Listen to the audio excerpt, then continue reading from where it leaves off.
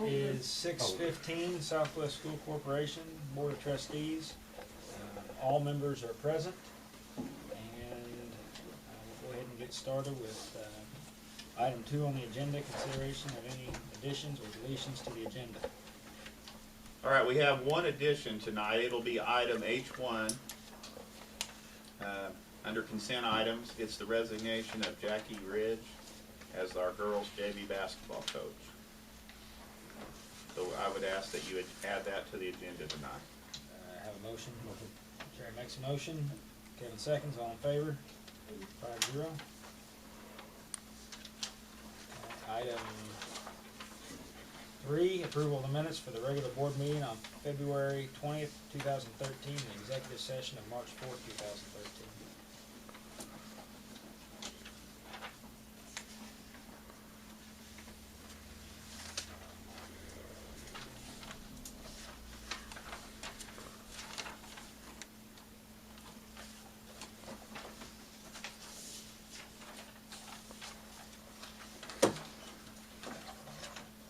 Oh, I'm sorry. It's okay. I don't know if you want to have any discussion on it, or somebody make a motion.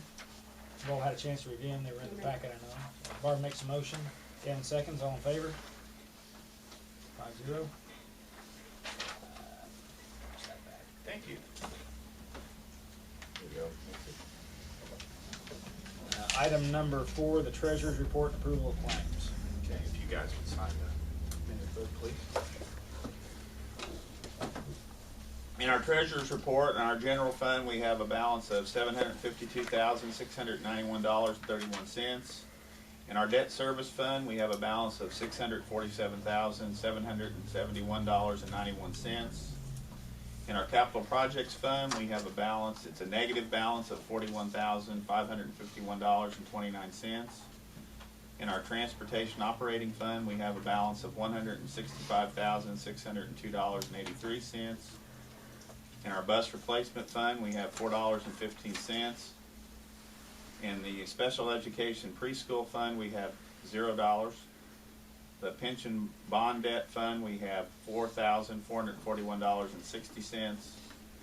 The rainy day fund, we have $1,891,796.74. We have a cash balance of $3,871,976.03. Claims, you've received the claims numbers 15074 to 15111 in the amount of $421,926.23, and claims number 15112 to 15216 in the amount of $672,126.23, for a total of $1,094,052.46 for the period of February 21st, 2013 through March 20th, 2013. Somebody make a motion? Jerry makes the motion. Have a second? Barb seconds. All in favor? 5-0. On to item number 5, disposition of routine business items by consent. Okay, we have several items tonight. We have a retirement of Craig Groh from Sullivan Middle School. Retirement of Connie Massa, 3rd grade teacher at Sullivan Elementary. Retirement of Kathy Baker, 1st grade teacher at Carlisle. We have a resignation of Peggy Ridgway, Carlisle 7th and 8th grade girls volleyball coach. We have a request from the Sullivan High School wrestling coach for a summer wrestling camp. Coach Monroe is requesting to attend this wrestling team camp. The team has attended this camp the last 2 years. The camp is held from June the 9th through June 13th at St. Paris, Ohio. The cost is $425 per wrestler. The white buses are used for transportation. And they do have a fundraiser to help with the costs for the kids. Letter F, we have a request from the Sullivan High School cross-country coach for a cross-country camp. Coach Trimble is requesting to attend this team camp for the boys and girls cross-country teams. The camp would be from July 15th through the 18th at the Hickory Hills Campground located in Spencer, Indiana. The camp purpose is to prepare for the upcoming season and promote team building. The boys and girls will have separate accommodations. The cost will be $150, which includes 3 nights lodging, transportation, all meals and activities, and a t-shirt. We have a request from the Twin Rivers Vocational Co-op for students to attend the Indiana HOSTA Conference. Basically, we have 2 students that would like to attend this conference. It's April 15th through the 17th. It's for students pursuing a career in the health career profession. It's a 3-day conference. It's paid for fully by Twin Rivers. We have a request from Karen Noble to attend the Beta Club Summit. It will be in Mason, Ohio from April 16th or 14th through the 16th. It's for 3 students and for our Indiana State Beta Club sponsor Alice Trimble to attend. And then we have the item we added, H1, the resignation of Jackie Ridge as our girls JV basketball coach. We have the following personnel recommendations: the substitute teachers, Kathy Cervic, Marcia Kennedy, and Aaron Cooper. We have a recommendation from Carlisle for Candace Reeves for a part-time 4th grade teacher. We have the following recommendations for Sullivan High School for the 2013-14 year: Skip Walker as a volunteer football coach, Kelly Bell as the JV volleyball coach, Kayla Shagnon as the volunteer volleyball coach, Jeff Moore as head boys basketball coach, Doug Boyd, B-team boys basketball coach, Kens Pirtle, boys basketball volunteer, Julie Meeks, head girls varsity basketball coach, Anita South, girls basketball volunteer, Joey Davidson, girls basketball volunteer, Roy Monroe, head wrestling coach, Monty Tommy, assistant wrestling coach, Wes Bedwell, wrestling volunteer, Kevin Arnett, wrestling volunteer, Jed Cox, wrestling volunteer, Michelle Bedwell, wrestling volunteer, and John Sullivan, wrestling volunteer. We also have a recommendation for Mindy Young as a cheerleading coach volunteer, and Jeff Lucaville as our boys tennis coach. At Sullivan Middle School, we have the following recommendations for 2013-14.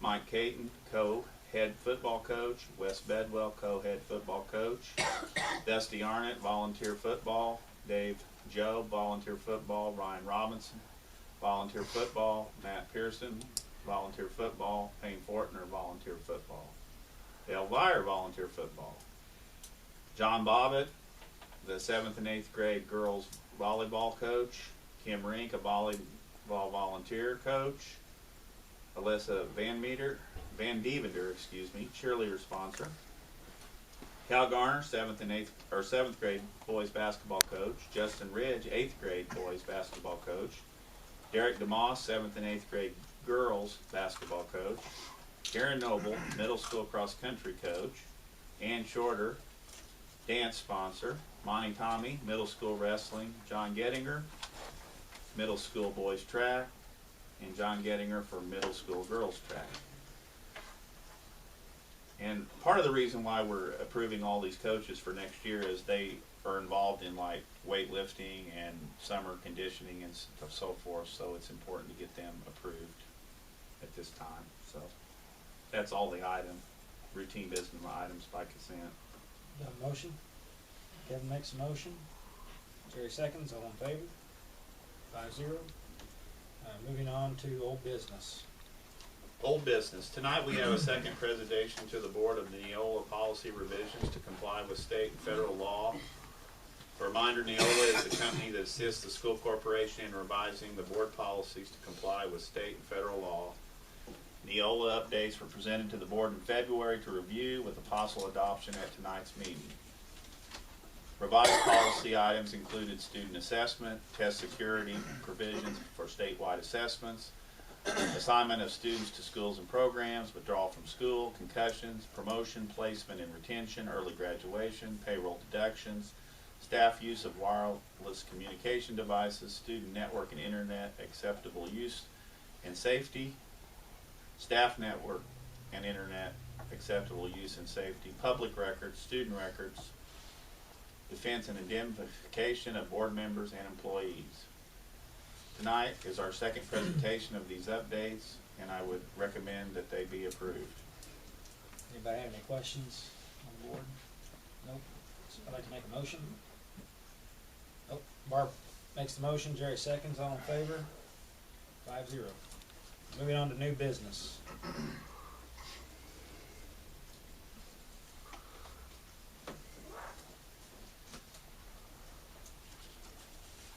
Okay, new business. We need a board resolution tonight to amend the pension bond debt.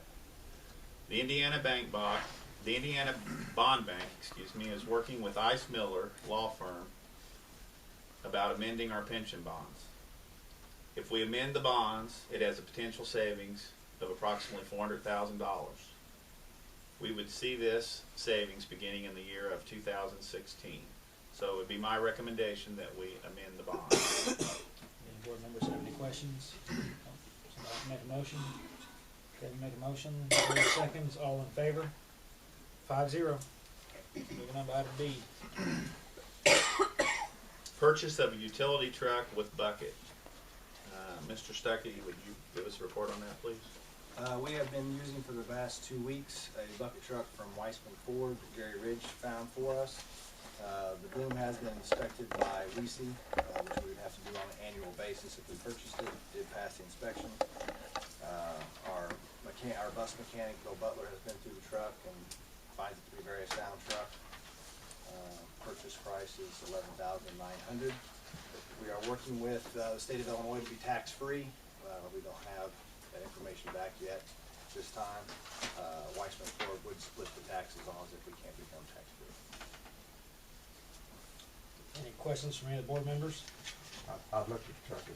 Yeah, it seems like a good deal. Gary's my father-in-law, and it seems like a smart buy. I mean, these don't come along very often, as I understand. They're hard it. to find. They're very hard to find.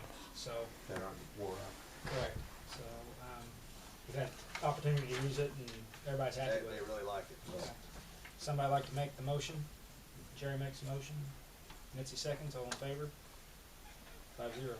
And I would add the purchase price for that truck is $11,900 or less if Mr. Stuckey can negotiate. Sure they'll work with you. Moving on to item C. Consideration of summer ag contract. During last school year, the board approved a 140-day summer ag contract. The state will reimburse the summer program at 105% if the funding is available.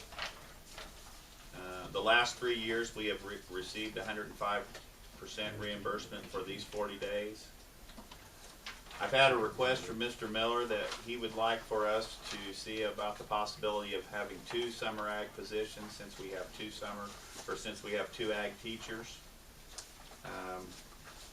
What I need permission from the board tonight is to submit a request to fully fund 2 positions. Basically, this is an estimate that is due by April 1st. We will receive back an estimate from the state on what they will fund in May. If the estimate we receive back funds both positions, then I believe it's okay to recommend the 2 positions. However, if the state will not fund both positions, then I think it's my recommendation that we only have 1 40-day summer ag contract. In talking with Mr. Miller, he would like to split that with Mr. Cross if they are only awarded 40 days for the summer. So I guess tonight, first I'm asking your permission to proceed with our summer ag program because I need to send that in by April 1st. And secondly, I'm asking for the authority to pick the program that best fits our reimbursement amount. Is there any questions from any of the board members? Somebody like to make the motion? Kevin makes a motion. Barb seconds. All in favor? 5-0. Moving on to item D. Permission for the superintendent to prepare preliminary RIF notices and notify affected staff in compliance with state statute and our contract. Tonight I'd ask the board to grant me permission to prepare and issue preliminary RIF notices to those affected staff in the Southwest School Corporation. By our current contract, preliminary notices must be issued prior to April 1st. Now, what exactly are RIF notices? Reduction in force. Okay. Basically, we have two positions at Carlisle that we filled. Mm-hmm. One's a part-time position and one was after a resignation, and when those two individuals were hired, it was indicated to them that we would not be filling those positions next year, so they're familiar with it. Any questions from any of the board members? Somebody like to make the motion? Jerry makes a motion, do I have a second? Kevin seconds, all in favor? 5-0. Any other new business? I have no other new business. Moving on to miscellaneous business, item A. Reports by administrators and or board members. Mr. Stuckey's going to give us a report concerning the safety audit that was conducted by Michael Dorn on February 21st and 22nd. Michael Dorn is a nationally recognized safety person from Safe Haven International. Anytime there's any kind of school shooting or anything like that, if you're on CNN, he's always the one that they're talking to. Personally, it was the best 2 days professionally I've ever had. He was very thorough and very eye-opening, and it was just a really good, which I know several of our board members met him as well. But through those 2 days, we developed a list of 60 items that we could do to make our schools safer that cost us nothing, absolutely free. It's just rethinking some things, putting a teacher in a different spot, lowering or raising a blind for better vision, just simple things. Don't cost the corporation anything. We listed 46 things that would cost us something, anywhere from a few dollars to buy some rubber bands all the way up to hundreds of thousands of dollars to make our buildings safer.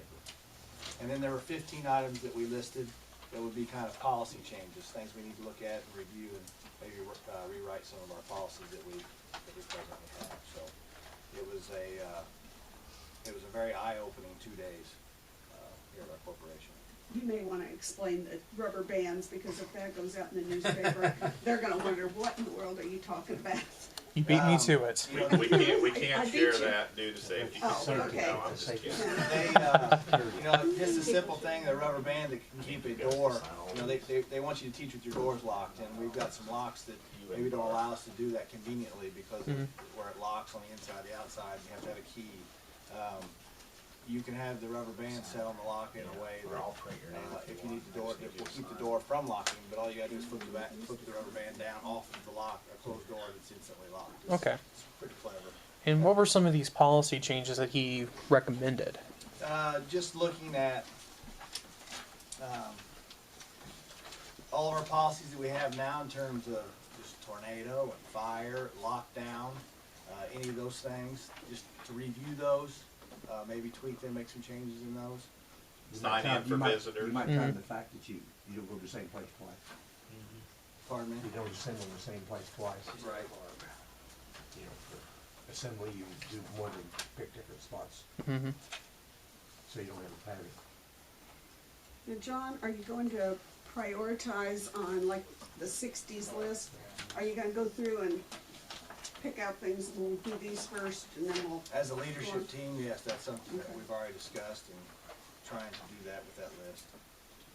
And one thing that you get with this this study that we had with him, or the visit, was he has templates for a lot of these policy implementations that we're going to go through together as a leadership team and as a board and develop those policies. But one thing that he stressed is it's got to be a system that, you do it over time. I mean, you can't do it in a week, Mm-hmm. a month. It's going to take some time to complete all these tasks. And not only are we going to include the leadership team and the board, we're also going to include our local law enforcement. So, I mean, it's a pretty thorough process. And that was all part of the cost. So, Emergency manual too. yes, absolutely. It's going to be a cooperative effort. Anything else on reports? I would like to mention that Sullivan High School is currently having an advanced ed accreditation visit. It was scheduled for March 6th and 7th originally, but it had to be moved because of the snow day we had on March 6th. The purpose of this visit is to have an external audit of the school. When John and I came on board as principal and assistant principal, we had one of these in our first year, and you have to have them every 5 years, and it's now our time to have another one. So John and I are kind of excited to see what they're going to say and what they've seen, the growth in the period of time when we started. Basically, there are 5 standards involved in advanced ed. Standard 1 is purpose and direction. Standard 2 is governance and leadership. Standard 3 is teaching and assessment for learning. Standard 4 is resources and support systems. And Standard 5 is using results for continuous improvement. So there will be an exit conference and they'll go over the findings. And basically you have 5 people from around the state, 5 educators that come into your school for a 2-day period and kind of evaluate you. So I'd also like to mention that kindergarten roundup dates are as follows. At Carlisle, it'll be April 10th, and at Sullivan Elementary, it'll be April 24th and 25th. And that's all I have as far as reports goes tonight. Any items of concern to administrators and or board members? I would like to share some concerns that some of our administrators have had. All of the Southwest students grades 3 through 8 have completed the first part of I-STEP. They completed it last Wednesday, I believe.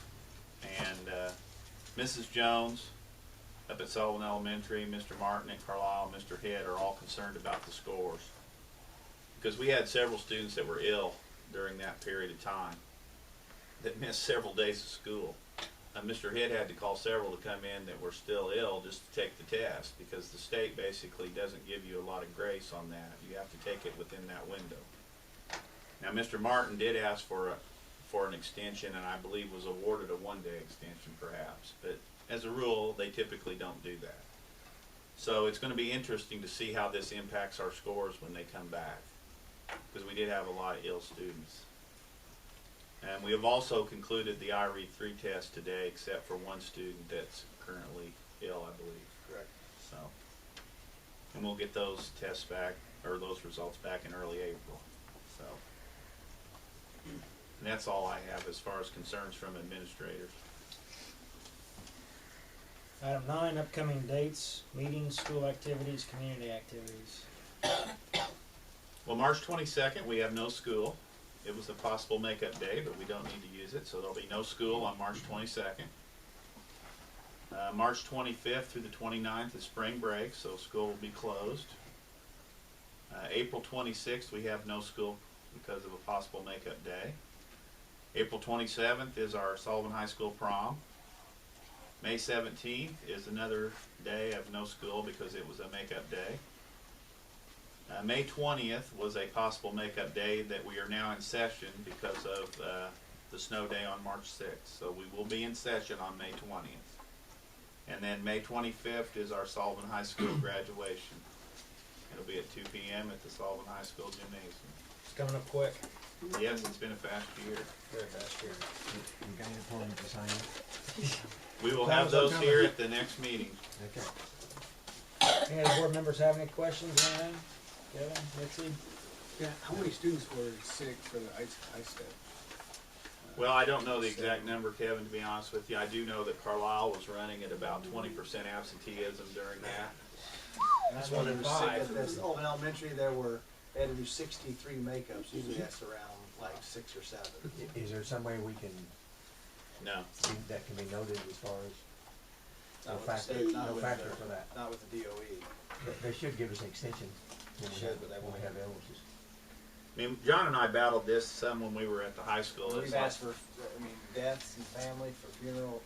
No. No. like when we were at the high school, because on the GQE it was only given on certain dates, and if you didn't show up on those days to take the test, you failed it. That's pretty good. And we had a situation that I think one of the parents died, and they just failed it. It's just the way it goes.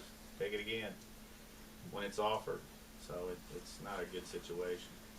Hey, one other thing I will pass out. Barb gave me these. The school law conference is coming up at Indiana State on Wednesday, April 10th. It's usually a really good conference. So Barb's already signed up to go. Typically, a couple of the administrators go. I went last year, and Mr. Hitt went. So if you're free and you would like to attend, it is a pretty good learning experience. Chris, can you go back just a second to the illnesses? Yes. Could you author a letter to the DOE just Dusty already did. expressing your concerns? Okay. Dusty was pretty firm in the letter to Good. Glenda Ritz. Good. Is this one thing you want to change, or?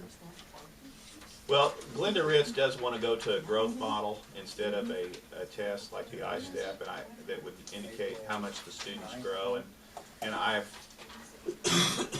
totally agree with that method, and I've expressed that to her. What is, they're not gonna let us, factor in illnesses. Well, maybe if they get enough letters, Like CRE. they'll consider But it. Mr. Hitt did shoot off a nice email to her, and actually got a call back from the state, Probably 6. and actually I guess it's Glenda's right-hand person, because it's a female. I wouldn't even say right-hand man, but she's actually a Reveille graduate and actually knew Mr. Hitt, so it was kind of interesting. It's always a small world. It's kind of a small world. She definitely was going to relay She's trying to give a credit. her thoughts. You got an and, uphill battle. and I expressed my thoughts about the testing to Craig Battles the other day as well. I've seen a lot of kids that have shown a lot of growth over the years, and I can think of one in particular that grew over 100 points but still failed the test. And when you said, hey, you did a really great job, and all they said was, well, I still failed the test, so it really didn't matter. So, I think there's something to be said for a growth model. Chris, I do have one more thing. Sure. I have to commend, Chris went to lobby yesterday along with 3 retired teachers, and congratulations on sending 4 people from the association. We were able to meet both with Craig Battles and with John Waterman and tell them what they need to do with the budget, because right now it doesn't look good. Well, it's a little misleading, like you say, It is misleading. because the governor's putting 2% in for education in fiscal year 14 and 1% in for fiscal year 15, and we're actually getting cut 1% as of now. So we're not really seeing anything from the increase.